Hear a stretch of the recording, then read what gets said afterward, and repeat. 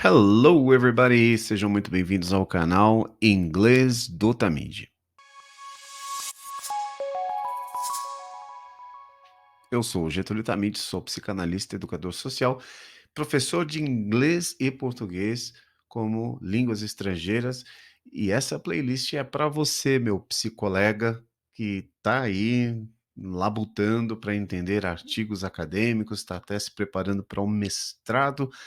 E o inglês, às vezes, ali é um atravessamento, é ou não é?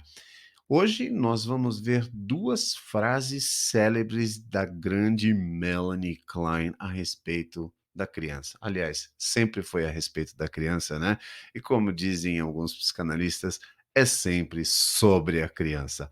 Vamos então dar uma olhada, mas antes de dar uma olhada nessas frases, não se esqueça de se inscrever nesse canal, dar o seu like, acionar as notificações para receber todas as vezes que eu colocar um vídeo novo e compartilhar nos seus grupos de estudo. Let's go! Let's go. A primeira frase, então, é essa aqui, ó. One of the many interesting and surprising experiences of the beginner in child analysis is to find in even very young children a capacity for insight, which is often far greater than that of adults. Ok, li que nem um robozinho, né? Talvez um americano leria mais ou menos desse jeito. One of the many interesting and surprising experiences of the beginner in child analysis is to find in even very young children a capacity for insight, which is often far greater than than that of adults. Você viu que é um pouco mais difícil, porque o inglês americano enrola a língua demais, né? Já o britânico, o Standard British English é muito mais fácil de falar, muito mais natural, né? Então eu aconselho você, principalmente brasileiro, a pensar em ouvir, pensar em falar dessa maneira, que é muito mais fácil para a gente, muito mais natural, como eu já disse. Mas vamos lá, vamos ao entendimento dessa frase, né?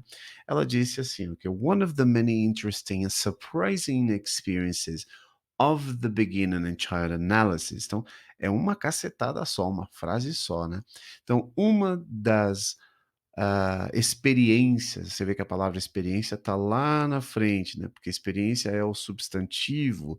Então, você tem interesting, que também pode ser pronunciado como interesting, e surprising. Essas palavras não estão conjugadas no gerúndio como muitas pessoas pensam, mas adjetivos podem tomar a forma de gerúndio, de ing. Então, nós temos duas palavras, dois adjetivos, interessante e surpreendente, que são adjetivos, por isso elas estão antes do substantivo. Então, experiences, experiências. Então, uma das experiências, das muitas experiências interessantes e surpreendentes do iniciante, of the beginner, in child analysis, na análise de crianças, is to find, é encontrar, in even very young children, em até mesmo, essa palavra even significa, é um termo, dois termos, duas palavras no português, ó, em até mesmo, in even very young children, em crianças muito pequenas, young significa jovem, mas fica esquisito falar jovem criança, não existe nesse termo em português, mas criança na idade tenra, né, ali, young children, a capacity, uma capacidade for insight, uma capacidade de insight. Bom, a gente não traduz a palavra, geralmente a palavra insight, mas insight é uma percepção aguda, uma percepção profunda ali, né? Which is often far greater, no qual é frequentemente, essa palavra often pode ser pronunciada de duas maneiras, often ou often, né? Porque acho que ela vem do alemão ali, é muito parecido, né?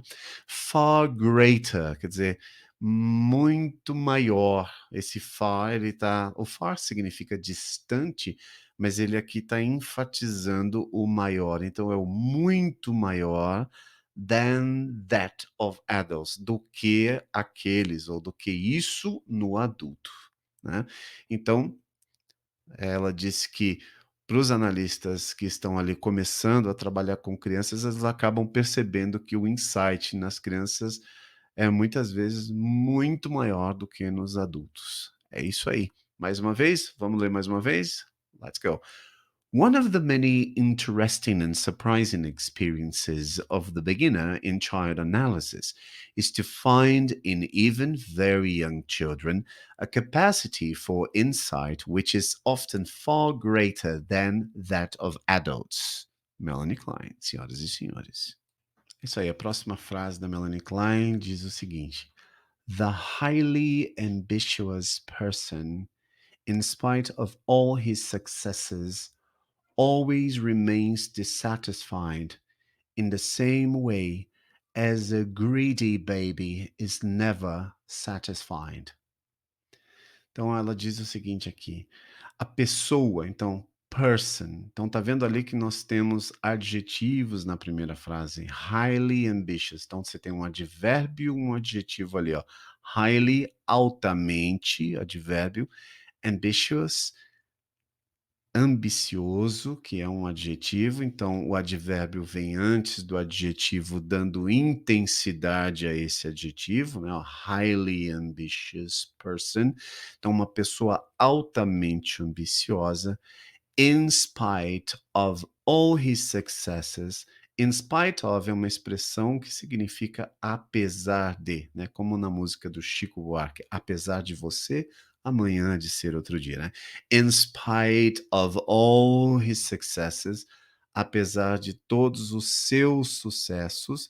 Essa palavra his, ela está no masculino, né? Hoje não se usa mais, está caindo, está em desuso, está começando a ficar em desuso, porque está usando o their, que seria mais ou menos um pronome neutro, porque o his é dele, né? O seu, o dele. Então hoje seria all their successes.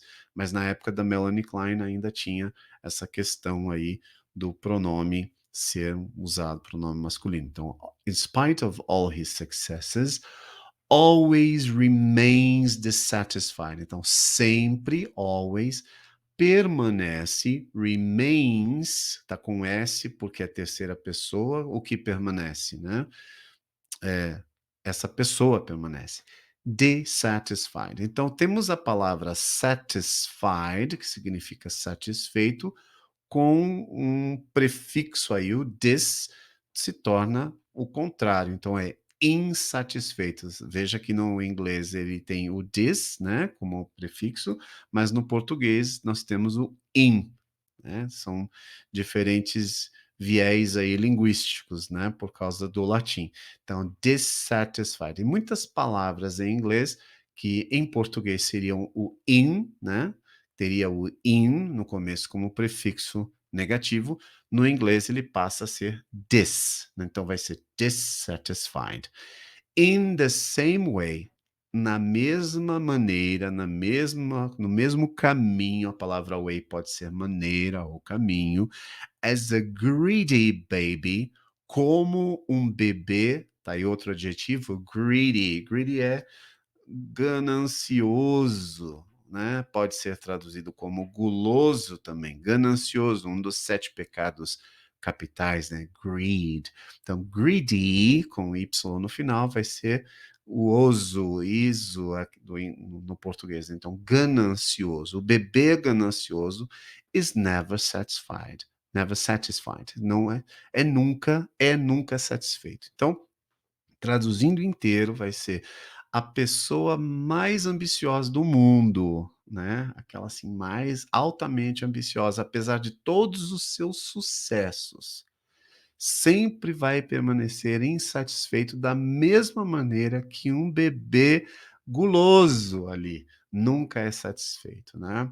Me lembro uma vez a minha esposa estava dando peito pro meu filho e aí ele falou, ele já estava já grandinho já.